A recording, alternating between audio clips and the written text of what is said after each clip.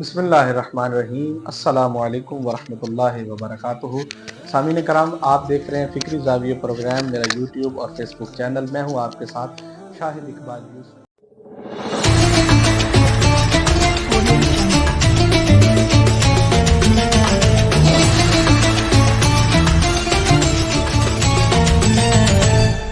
سامعین کرام، ہمارا سوال و جواب کی نشست جاری ہے، تو آئیے ہم پہلا سوال لے لیتے ہیں، پھر اس پر انشاءاللہ بات کرتے ہیں۔ جی بسم اللہ الرحمن الرحیم۔ السلام علیکم علامہ صاحب، چونکہ تمام مذاہب الہامی کا جو قبلہ ہے وہ بیت المقدس ہے، تو کیا حرج ہے اگر ان کی تحویل میں وہ رہے، اور ہمیں اس میں کیا ہے، کیونکہ پہلا قبلہ تو ان کا ہی تھا، ہمارے پاس تو بعد میں ہے، تو اس پہ فرمائیے گا۔ آپ نے بڑا اچھا سوال کیا ہے۔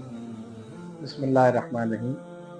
نو ڈاؤٹ بیت المقدس، جسے مسجد اقصیٰ کہتے ہیں، قبلہ اول اسے کہا جاتا ہے۔ اسلام کا قبلہ اول بیت المقدس ہے۔ نو ڈاؤٹ یہودیت اور عیسائیت، یہودی بھی خدا کو مانتے ہیں، عیسائی بھی مانتے ہیں، اور وہ اسے بھی اپنا قبلہ مانتے ہیں، بیت المقدس کو ہم بھی مانتے ہیں۔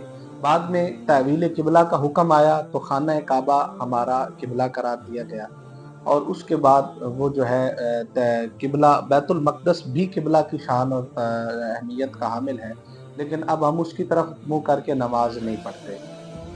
اب جو آپ نے سوال کیا کہ یہ بیسیکلی میں یہ سمجھ رہا ہوں کہ جو آپ سوال کر رہے ہیں وہ یہ کہ فلسطین میں لڑائی کیوں، جھگڑا کیوں، اس کا مین مدعا اور وجہ تو وہ ایک بیت المقدس ہی ہے نا، کہ بیت المقدس وہاں پر ہے۔ یہودی کہتے ہیں وہ ہمارے قبضے میں ہونا چاہیے، مسلمان کہتے ہیں وہ ہمارے قبضے میں ہونا چاہیے۔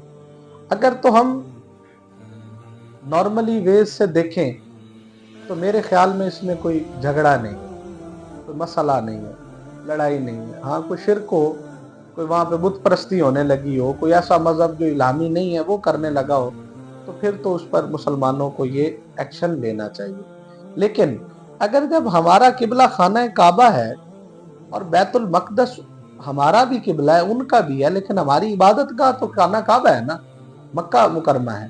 اب ہماری وہ عبادت گاہ تو اس طرح سے نہیں ہے کہ ہم اس طرف تو منہ کر کے سجدہ نہیں کرتے، سجدہ تو ہم خانہ کعبہ کی طرف کرتے ہیں۔ تو میرے خیال میں تو اس میں لڑائی نہیں ہونی چاہیے۔ یہ دونوں اگر مصلحت کے ساتھ ان کو بھی اس کی حق دینا چاہیے، اور مسلمانوں کو بھی انہیں چاہیے مسلمانوں کو حق دیں، کیونکہ اب مذہب جو ہے الہامی وہ اسلام ہے۔ اسلام آقا علیہ الصلوۃ والسلام کے پاس پچھلی ساری شریعتیں منسوخ ہو گئی، ختم ہو گئی، لیکن ہم ان کا انکار نہیں کر سکتے۔ اللہ پاک نے خود حکم دیا، آمنت باللہ و ملائکتی و کتبی و رسلی والیوم الآخر، مطلب وہ ہم اس پر ایمان ہمارا ہے کہ یہودیت بھی مذہب الہامی ہے، عیسائیت بھی مذہب الہامی ہے، اسلام بھی مذہب الہامی ہے۔ لیکن اب بیت المقدس کا یہ جو جھگڑا ہے، میرے خیال میں تو یہ ذاتی طاقتوں کو اجاگر کرنے کا مسئلہ ہے، اپنی ذاتی طاقت کو اجاگر کرنے کے لیے لڑ رہا ہے۔ اگر وہ ان کی تحویل میں رہے اور مسلمانوں کو بھی اجازت ہو تو میرا خیال اس میں حرج نہیں۔ ہاں ایک بات ہے کہ اگر وہ مسجد ختم کر کے وہ کلیسا بنانا چاہیں، یا وہ اس کو جو ہے اپنا چرچ بنانا چاہیں، تو یہ غلط ہے، ایسا نہیں ہو سکتا۔ اسلام کے تناظر کے مطابق اگر وہ رہے تو میرا نہیں خیال کو جھگڑا کرنا چاہیے بہرحال۔ لیکن دوسری بات یہ کہ اسلام اور مسلمان، چونکہ آقا علیہ الصلوۃ والسلام کو اللہ پاک نے سرداری عطا فرمائی، تو اس لیے اسلام مسلمانوں کے ہی انڈر وہ رہے۔ لیکن مسلمان جس قدر تذلیل کا شکار ہو چکے ہیں، کیا کریں گے یہ لوگ وہاں پہ؟ میرا نہیں خیال اس پہ لڑائی ہونی چاہیے، اور اتنے بچے، عورتیں، مرد جو شہید ہو رہے ہیں، اللہ کریم ان کی مدد فرمائے بات۔ تو سر اس کا اینڈ کیا نظر آتا ہے آپ کو؟ یہ جو اتنا جنگ چھڑی ہوئی ہے پورے دنیا میں، اس کا اینڈ کیا ہونا چاہیے کیا آپ کے خیال میں؟ اس کا اینڈ کیا ہو سکتا ہے؟ اگر جنگ جیتنی ہے تو ایک ہونا پڑے گا، نہیں جیتنی تو وہ ہمیں روز ازل سے مار رہے ہیں، مارتے رہیں گے، ہم مار کھاتے رہیں گے۔ اگر ہم چاہتے ہیں کہ ہم جیت جائیں، جیتنے سے مراد یہ کہ اسلام کو فتح ہو، تو اس کے لیے تو پھر امت کو متحد ہونا پڑے گا نا۔ وہ چند ہزار فلسطینی بیچارے کیا کریں؟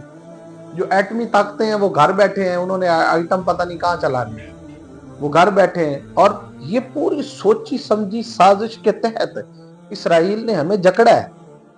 آپ دیکھیں آئی ایم ایف سوائے مسلم کنٹریز کے کسی کو قرضہ نہیں دیتا۔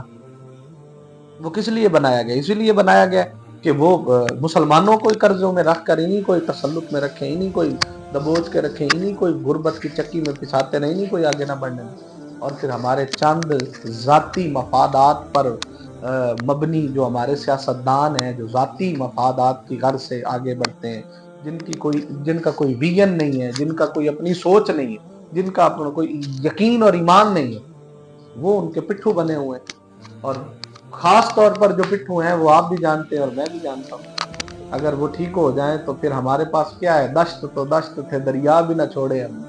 ایمان کی طاقت سے لڑا جاتا ہے، دولت اور اسلحے کی طاقت سے نہیں لڑا جاتا۔ بالکل سر، یہ تو ہوگی آپ کی جو ہے بین الاقوامی بات، تو ہم اپنے بہن بھائیوں کو وہاں پہ شہید ہوتا ڈیلی دیکھتے ہیں، تو ہمارے اینڈ پہ کیا بنتا ہے؟ اس میں کیا آپ سمجھتے ہیں کہ ہمیں اپنے طور پہ کیا کوشش کرنی ہر چاہیے؟ شخص کو آواز اٹھانی چاہیے۔ قصوروار حکمران نہیں ہے آپ اور میں، ہم بھی تو اپنے مفاد کے چور ہیں، ہم بھی تو نہیں نکلتے۔ قوم بنے، قوم بننے کی ضرورت ہے، ہماری قوم کو قوم بننے کی ضرورت ہے۔ ہم قوم نہیں رہے۔ ہمارے ہاں مسئلہ یہ ہے کہ ہم ہر بندہ ہی اپنی دوڑ میں لگا ہوا ہے۔ آج کوئی نکل آئے کہ آؤ نکلو انقلاب کے لیے، تبدیلی کے لیے، ان کے پیچھے تو کوئی بھی نہیں آئے گا۔ چوروں کے پیچھے کوئی کھڑا ہوگا، کوئی کسی کے پیچھے کھڑا ہوگا۔ تو بھائی ضرورت اس امر کی ہے کہ ہر شخص کو اپنے حصے کی شمع جلانی ہے، ہر شخص کو اپنی ضرورت پوری کرنی ہے۔ اور وہ شمع جلانے کے لیے کیا ہے؟ آپ جہاں پہ بیٹھے ہیں، آپ کی جتنی آپ کا احاطہ کار ہے، آپ کو اتنے حد میں رہ کر اپنے حصے کی پکار کو بلند کرنا ہوگا۔ اگر آپ کریں گے تو ظاہر ہے ایک آواز ملے گی، 2 4 5 8 10 ملتے ملتے پھر انشاءاللہ سمندر بنتا چلا جائے گا اور تبدیلی آ ہی جائے گی اللہ کے فضل سے۔ یہ تبدیلی خان والی نہیں ہے، یہ تبدیلی جو ہے نا ایمان والی ہے۔ بہرحال آپ نے بڑے اچھے سوال کیے، اللہ پاک آپ سب کا حامی و ناصر ہو۔ دیکھتے رہیے فکری زاویے۔ السلام علیکم ورحمۃ اللہ وبرکاتہ۔